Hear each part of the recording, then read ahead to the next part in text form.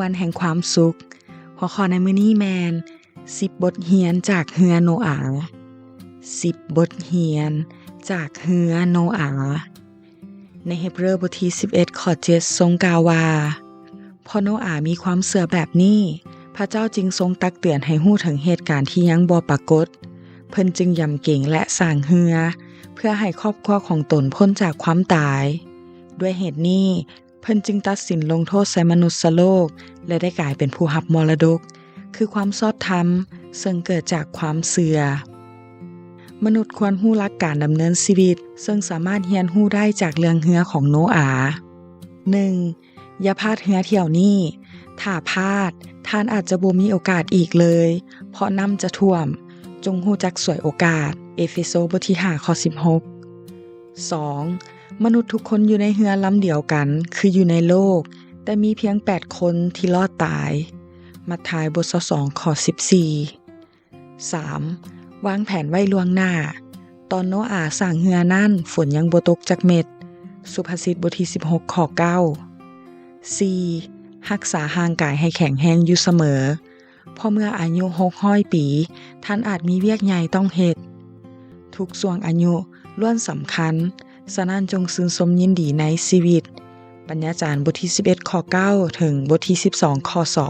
2 5. อย่าฟังเสียงคนอื่นโนอาห์ตั้งใจสร้างเรือเท่านั้นจงเฮ็ดเวียกของท่านต่อไปให้สำเร็จก็พอโกโลสายบทที่4ข้อ17 6. สร้างอนาคตเทิงบอนสูงเอาไว้คือกับโนอาห์ที่สร้างเรือเทิงภูเขาให้เบิ่งที่พระเจ้าเท่านั้นเพื่อจะมีอนาคตสุภาษิตบทที่11ข้อ14 7. เพื่อความปลอดภัยจงเดินทางไปเป็นคู่คือกับสัตว์ต่างๆที่ขึ้นเรือไปเป็นคู่ๆมีหมู่ดังเสือก3เกี่ยวแล้วจะปลอดภัยปัญญาจารย์บทที่4ข้อ9ถึง10 8. ความไวบ่แม่นว่าจะได้เปรียบเสมอไปหอยทากก็ขึ้นเรือเที่ยวเดียวกับเสือ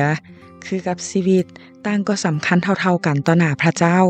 ปัญญาจารย์บทที่3ข้อ19ถึง20 9. เมื่อรู้สึกกดดันจงปล่อยไปจักหน่อยหนึ่งคือกับเรือโนอาห์ที่ลอยไปตามน้ำปล่อยให้ผ่านไปมันก็จะแก้ไขได้เองมีเวลาสำหรับทุกอย่างปัญญาจารย์บทที่8ข้อ6 10. บ่ว่าพายุแท้หรือพายุแห่งชีวิตจะหุนแรงเท่าใดเมื่ออยู่กับพระเจ้าทานจะปลอดภัยเพราะมีสายหุ้มเป็นพันธสัญญาให้ยึดมั่นปฐมกาลบทที่9ข้อ13ข้อคิดตอนนี้ฮีบไปขึ้นเรือกันเถาะพอเรือใกล้จะออกจากท่าแล้วบ่ต้องซื้อปี้พอเปิดให้ใช้บริการบ่เสียค่าเพียงแต่กล้าก้าวเข้าไปเพราะเรือนี้เป็นเรือแห่งพระคุณขอให้เดินทางโดยปลอดภัยลาก่อนขอพระเจ้าอวยพร